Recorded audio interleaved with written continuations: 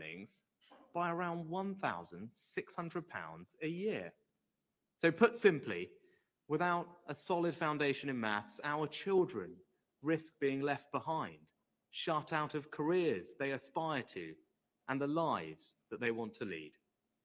Now, in the last decade or so, we've gone up 10 places in the international league tables, and maths has become the most popular of all A-levels. But it's still the case that the UK is one of the least numerate countries in the developed world. More than 8 million adults have numeracy skills below those expected of a 9-year-old. And around a third of our young people don't pass maths GCSE. Now, it's not that we're not just good enough at maths. There's a cultural issue here too. I'll be honest, when my 2 young daughters first heard me talk about them doing more maths, they weren't too excited. And that's just it. We make jokes about not being able to do maths. It's socially acceptable. We say things like, oh, maths, I can't do that, it's not for me, and everyone laughs.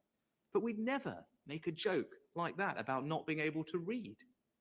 So we've got to change this anti-maths mindset. We've got to start prizing numeracy for what it is, a key skill every bit as essential as reading. So my campaign to transform our national approach to maths is not some nice to have. It's about changing how we value maths in our country and changing the way our education system works to deliver it so that all our children get these vital skills for life. Now, parents and teachers listening to this will want to know what that means for our children today. So let me tell you, we're in the process of making maths more accessible, building our children's confidence so that they don't fear maths. We're creating more sector-specific content that can excite young people about the relevance of maths for the careers that they aspire to help teachers bring maths to life in the classroom, from building sets for school plays to calculating the angles of free kicks or the speed of a Formula One car. We're extending our maths hubs, unique partnerships of expert schools that support maths teaching, and we're strengthening maths in primary schools, including with a new, fully funded professional qualification for those that are teaching it. But we also need to address a very specific problem that's causing us to fall behind the rest of the world. We're one of the few developed countries where young people don't routinely study some form of maths up to the age of 18. They do it in Australia, Canada, France, Germany, Finland, Japan, Norway, and America. Why should we accept any less for our children? Of course we shouldn't. That's why I set out in January that we're going to change the way our system works so that everyone in our country will study some form of maths all the way to 18. But let me be absolutely clear. I am not saying that the answer is A-level maths for everyone, but we do need to work out the maths our young people should study. So we're going to look at what 16 to 18-year-olds around the world are learning, and we're going to listen to employers and ask them what they say the math skills are that they need. And that's why today I'm appointing a new expert group who will help us identify the core maths content that our 16 to 18-year-olds need, and whether we need a new specific qualification to support that. But to repeat, that will not be A-level maths for all. And let me also be clear that we're not going to deliver this change overnight. We're going to need to recruit and train the maths teachers. We're going to work out how to harness technology that we need to support them. And we'll need to make sure that this maths is additional to other subjects, not instead of them. Just as here at the London Screen Academy, they don't teach maths instead of the arts, they teach both because they are complementary, not contradictory. So it will take time to implement this change, but we are taking the first step today by identifying the maths content that will give our 16 to 18-year-olds the skills they need to get on in life. And when we have that, then we'll come back with a detailed plan to deliver it. I'll just finish on a personal note. Every opportunity that I've had in life began with the education that I was so fortunate to receive. And maths was a critical part of that. Now, I knew it was important then. And when I look at how the world is changing, it's only going to be more important for my children and yours. So I won't sit back and allow this cultural sense that it's okay to be bad at maths to put our children at a disadvantage. We've got to change this. We've got to value maths and what it can do for our children's futures. Giving our children a world-class education is the single most important thing we can do. It's the closest thing we have to a silver bullet, the best economic policy, the best social policy, the best moral policy. And that's why I'm proud that it's our policy, and I will never stop striving to achieve it. Thank you.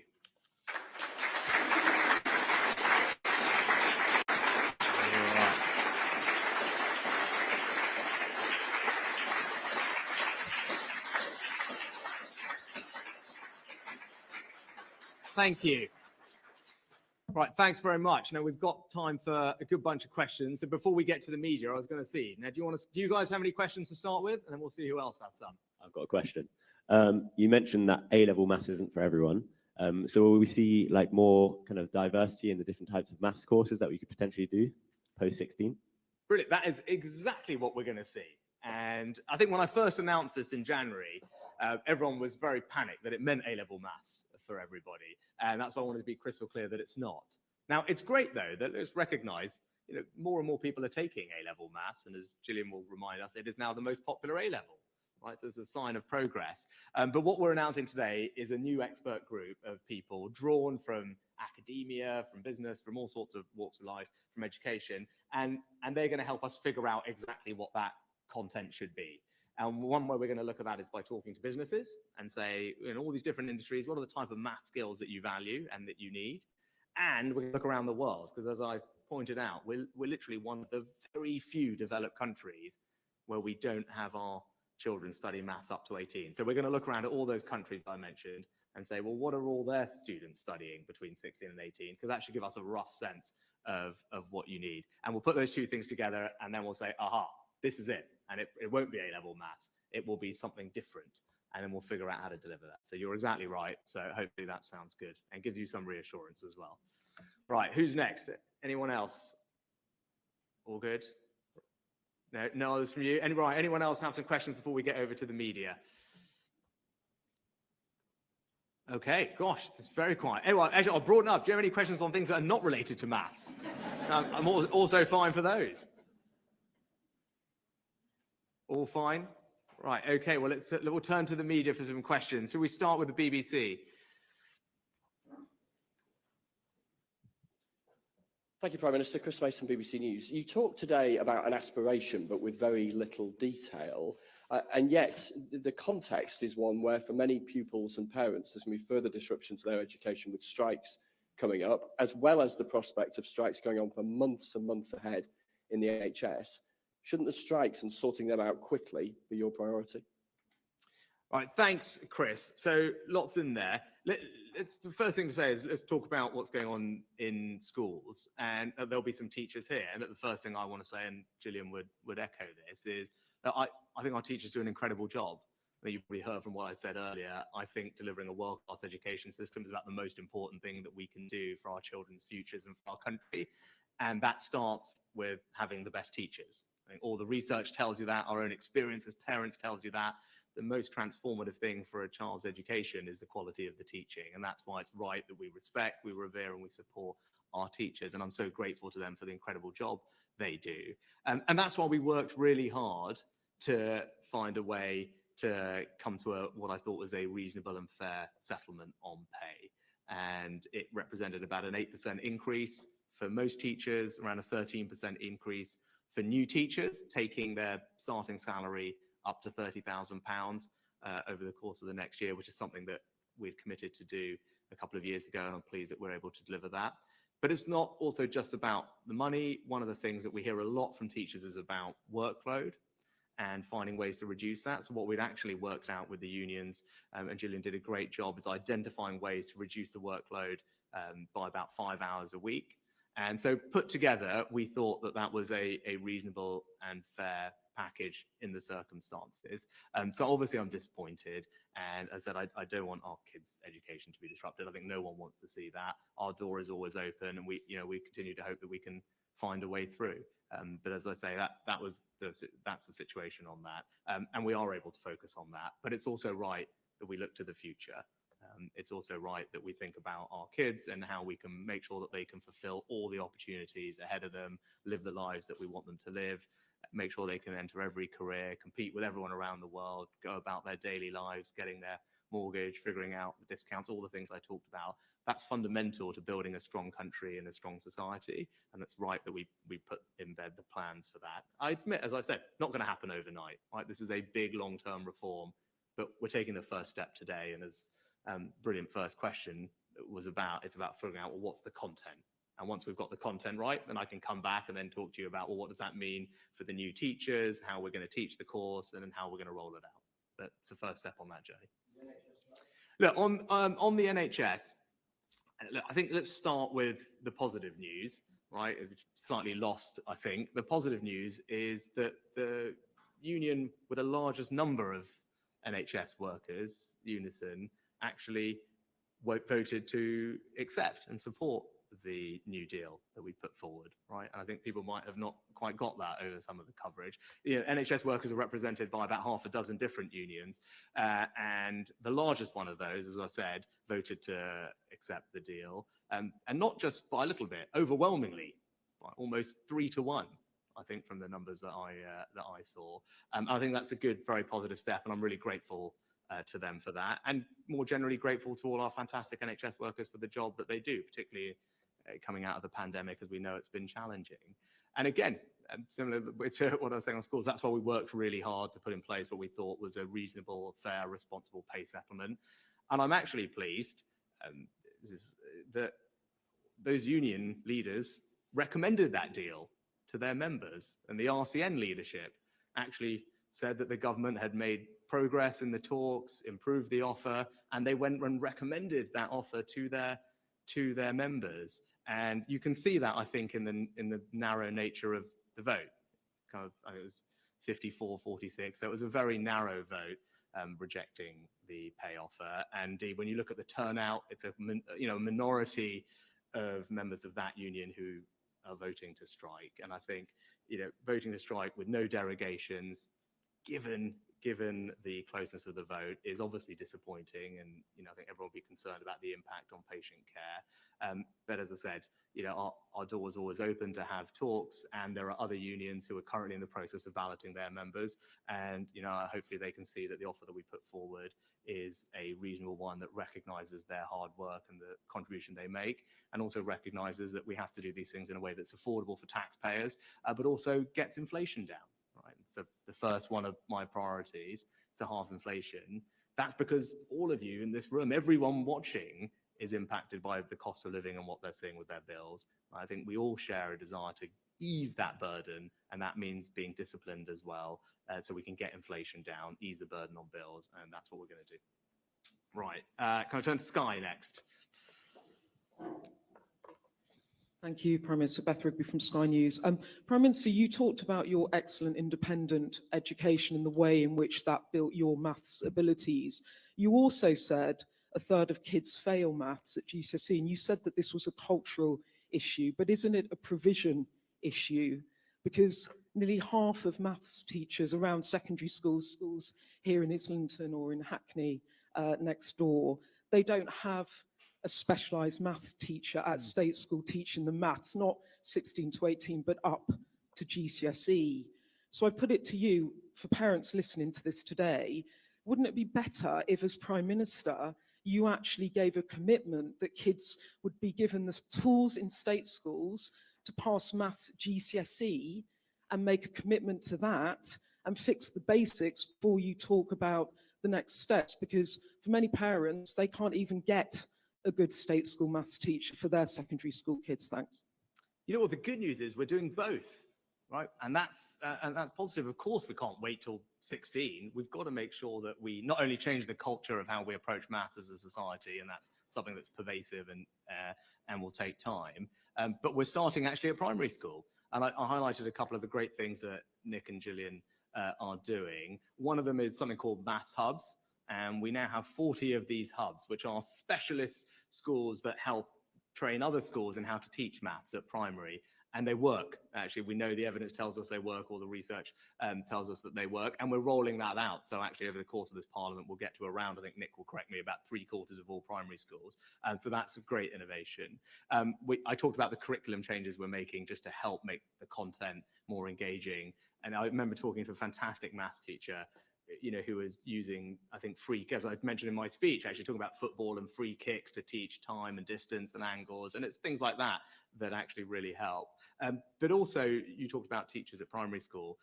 We're rolling out a brand new MPQ for maths teachers, and it's going to be fully funded, so no cost to the teachers, and that will really help. It'll be voluntary, but it'll be very supportive of the teachers who are doing exactly the job that you mentioned, Beth, which is so important, and they deserve our support. And those are some of the building blocks that we put in place to do that. And look, I'd make the point that we have made progress. We've moved up 10 points in the international rankings, but we need to do more. And I think if you look at what Nick did previously in phonics in particular, our track record on this stuff is great, right? In 2012, Nick will correct me, I think less than 60% of our 6-year-olds had the proficient standard in reading. But because we reformed and put a lot of focus and attention to it, that now is well over 80% and increasing. So look, we know we can do this when we focus on it properly, and we're going to bring that same discipline and focus to maths. And you're right, it will start at primary school. We're already getting on with that. And we'll also look at the long-term reforms for post-16. So you think previous Conservative governments dropped the ball on maths when 1/3 of kids are failing maths GCSE? No, actually, if you look at it, this has been a long-term pervasive issue. As I said, we've actually just made progress over the last decade or so. We've moved up 10 points in the international rankings for maths. We're rolling out Maths Hubs. We're rolling out the new MPQ. And we're actually, and I think Nick will correct me, but multiplication tables for the first time we just did in this last year, actually. So we have made lots of progress. And if you look at what's going on in reading in particular, it's been extraordinary. But we're going to also shift and make sure that we emphasize maths more than we've done in the past. But that cultural thing has been, as I said, it's been pervasive for a long time in our country. That won't change overnight, but all of us can play a part in helping to change it over time. Great, we go to ITV next. Thank you. Romilly Weeks, ITV News. Prime Minister, when children's education is being disrupted because of the strikes, when people's operations are being cancelled, their care compromised because of strikes, isn't the most pressing maths problem of the moment what formula you're going to come up with for ending them? And do you acknowledge there is going to have to be more money put on the table? Well, Romilly, not to repeat too much what I said before, but there has been more money put on the table, significant more money. And in fact, that was recognised by the unions, in particular by the leadership of the nurses union, the RCN, at the time that we announced the agreement. And I think it's important for people to recognise that, right? The union leaders actually supported the pay deal. They recognised that it was a big step forward from where we were, that it did put new money on the table, that it was progress, and that's why they recommended it to their members. And as I said, the largest union for NHS workers has accepted the deal, or their members have overwhelmingly, and we still have other unions that are left to vote. So I think we should let that process play out, and as I said, people will hopefully go over the numbers and see that it does represent a good and fair settlement in the circumstances. And it's also not just about pay. As I said, for teachers, we're keen to see where we can work with them to reduce the workload and make progress. But look, we remain committed to finding a way through these things. I think people can see actually over the past month or two that we can sit down and have reasonable and constructive conversations and negotiations, and we'll continue to take that attitude going forward. Next, Times Radio.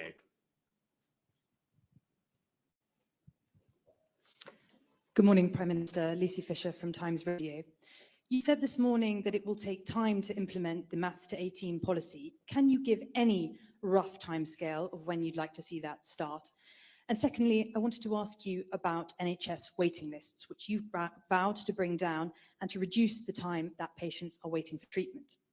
Last week, official NHS England figures showed waiting lists have gone up, not down, reaching a new record high of 7.22 million people waiting for routine hospital operations. Health strikes are predicted only to exacerbate the backlog. So are you losing hope that you can successfully cut NHS waiting lists? Thanks, Lucy. On the first one about the timing for this, so we're expecting the group to come back to us about July with a kind of sense of what's the curriculum that we should be looking at for 16 to 18. And then once we have that, then I think the next, you'd expect us later in the year to be able to then come back and say, well, this is how we will implement it over what time scale, and we want to get it right. But that's the rough time scale on the next steps of this. But look, you can't rush something like this. It's a big reform, and it's important that we get it right. And that's why first we need to figure out what it is that we need the curriculum to be. And once we know that, then we can think about, well, what does that mean for teachers? How can we use technology? And what's the pace at which this can be rolled out? And on waiting lists, yes, it's really important to me that we cut NHS waiting lists. That's why it's there as one of my 5 priorities. Now, I set out a few ways that that was going to happen, how we were going to measure ourselves. Last year we hit the first of those targets, which was to practically eliminate the number of people waiting 2 years for treatment, which is obviously unacceptable. So that was done and accomplished. It's spring this year, I said that we would practically eliminate those waiting 1.5 years for their treatment. And I said we were on track to do that. The industrial action obviously makes that more challenging, but we're pushing hard to meet that target. And then what I said is that by spring of next year, we would aim to virtually eliminate the 1-year waiters, but also at that point have the overall waiting list falling. Right, so that's the kind of timescale that I set out for those. And I said the next one is, people waiting 1.5 years, making sure that we eliminate those practically this spring. And we're working really hard to do that. I'm really grateful to everyone in the NHS who has been working exceptionally hard to focus on that. And we're going to do that in a range of different ways. I do remain hopeful, right? Of course, industrial action makes these things more challenging, but we're making sure that all the extra money that we've put in the NHS, and remember, it is billions and billions of pounds extra that we've put in the NHS and social care over the next couple of years, is spent really well on driving down the waiting list. So whether that's new community diagnostic centres, easy one-stop shops to get all the diagnostics you need, whether it's new elective surgical hubs where we concentrate specialty elective activity, whether it's we work with those trusts that are not doing as well as others and learn and pass that best practice around. There's lots of different initiatives that we've got which are going to help us bring those waiting lists down, and something that I'm focused on, and I'm going to continue to make sure we deliver. But look, of course, industrial action makes that more challenging, but we're going to keep going at it because it's important to the country. Next, the Sun. Thank you, Jack Hussey from The Sun. Prime Minister, at the age of 16, you can join the army, but under your plans, you won't be able to decide whether to drop maths. Isn't forcing people to study a subject they loathe just chucking good money away? And secondly, if I may, do you support changing the name of the Brecon Beacons, or is it just virtue signalling? So on this thing about forcing, I think that that's actually literally coming at it the wrong way. So I think you ask yourself, why is it that virtually every other developed country in the world thinks that it's the right thing for their children to be studying some form of maths up to 18, right? And if you look at it, why is it that we're not doing as well as I think we all want to do when it comes to numeracy in our country today? And then you've got to ask yourself, is that right? And I don't think anyone could justify that, right? And it's not good for anybody, and it's actually disproportionately not good for those who are more disadvantaged. It means it's more likely for them to not have a job. It's more likely that they're missing out on £1,600 a year of extra earnings. I don't want that. I don't think you want that. I don't think anyone wants to see that, right? So I think it's right that we try and see if we can address that. And that's what we're going to do. And we're going to do it carefully, and we're going to make sure that we get the curriculum right. And as I said, it's not about forcing everyone to do maths at A-level, right? But it's about making sure that they study the right form of maths. And it's about changing the culture. And that's incredibly important. And I actually is reflecting, when I first announced this in January, I saw some of the reaction to it. And I thought that actually spoke to this kind of anti-maths mindset that we've got to challenge a little bit, right? And I'm just, this is not about setting up this false contest between, well, do you do creative subjects or you do maths, as you guys do brilliantly here? You do both, right? And most careers and most industries are going to require both. And it can't be socially acceptable or culturally acceptable for us not to value maths in the way that we currently do. And I think if you've got 5 minutes, I urge everyone to spend 5 minutes this evening on the National Numeracy website. And this charity, he does really excellent work in this area that I came across a little while ago when I was Chancellor. And there's some really powerful research, case studies, examples of the challenges we face around changing this culture around maths. And I think it's actually, had an impact on me and just when I was out and about. And I think if you spend 5 minutes on that website and read some of the things about that, you'll see why this is so important and why we all need to work together to try and bring about this change. And then lastly, if I go to the Telegraph, sorry, on the Brecon Beacons. God, I haven't seen it, so I have to get back to you on it. Right, so I missed that. Sorry, in all my prep for this. Telegraph. Thanks, Prime Minister. Dominic Penner on the Daily Telegraph. The consensus across the sector has been broadly supportive, but people are saying that more specialist teachers and more funding is needed. How much more funding are you prepared to put into these reforms, and would that be new money or existing money from elsewhere? And what do you actually plan to do to win the argument around maths other than just extend it to 18? How do you plan?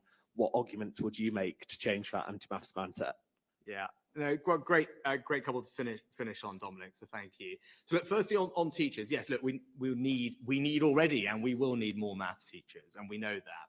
And as I was doing all the work for this over the past few months with Nick and Gillian, I was kind of going over, we actually have an enormous amount of support in place for STEM graduates to become maths teachers and other STEM teachers, actually. And that's sort of worth recapping it, because I'm not sure everyone is aware.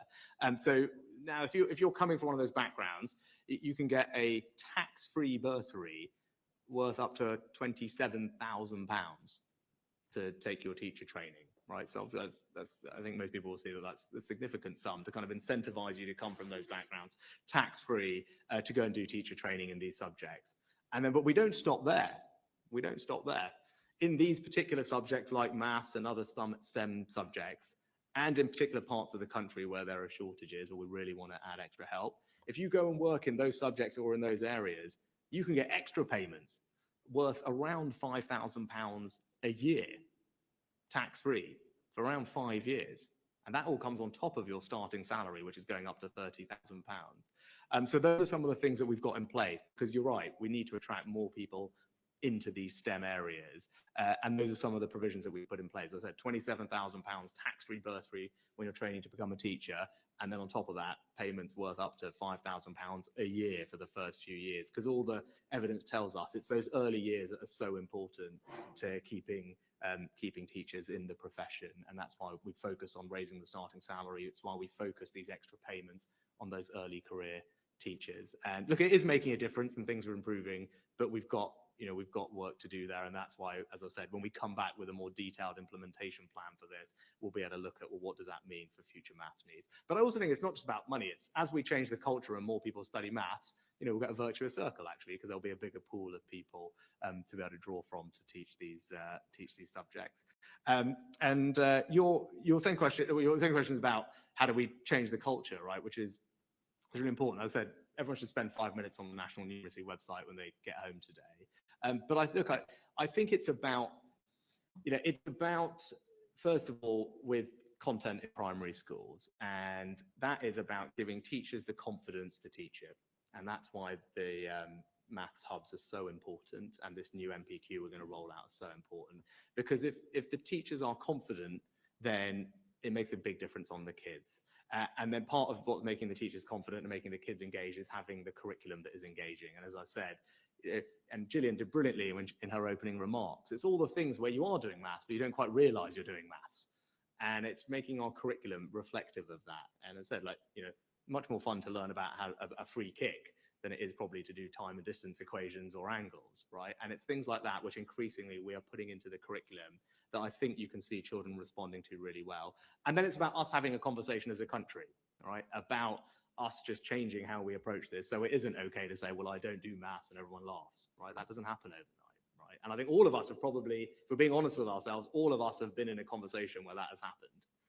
And it is okay. But as I said, not a single person here would kind of proudly proclaim, well, I can't read or I don't do reading, that's not me, right? And we just be honest ourselves about that. Now, that's on all of us to slightly change this. And as I said, when I saw the reaction to this announcement when we made it in January, I could see that, right? And I said, and I think the last thing I'd say is making people realize it's not an either or. And I know I mentioned this point before, but it's so important. There is this idea that we should do more of this and therefore less of that. No, this needs to be additional. It's complementary. We can do both things together.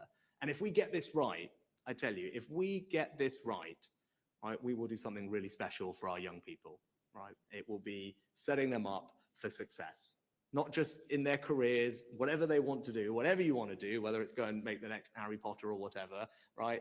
But also just going about your day-to-day lives, making sure that you can live a fulfilling life, all those big financial things that impact your day-to-day life, right? Think about the cost of living, how important it is right now to understand what discounts are available. How do you make sure that your credit cards are being managed properly? What's the right mortgage deal to go for? All these things, so important for day-to-day life. And right now, there's probably too many people who don't have the numeracy they need to make those decisions that will support them and their families. But if we get this right, they will be able to. And I think that's something that we can all look forward to and celebrate. Perfect. Thank you so much for having me. It's been great to be with you. Thank you.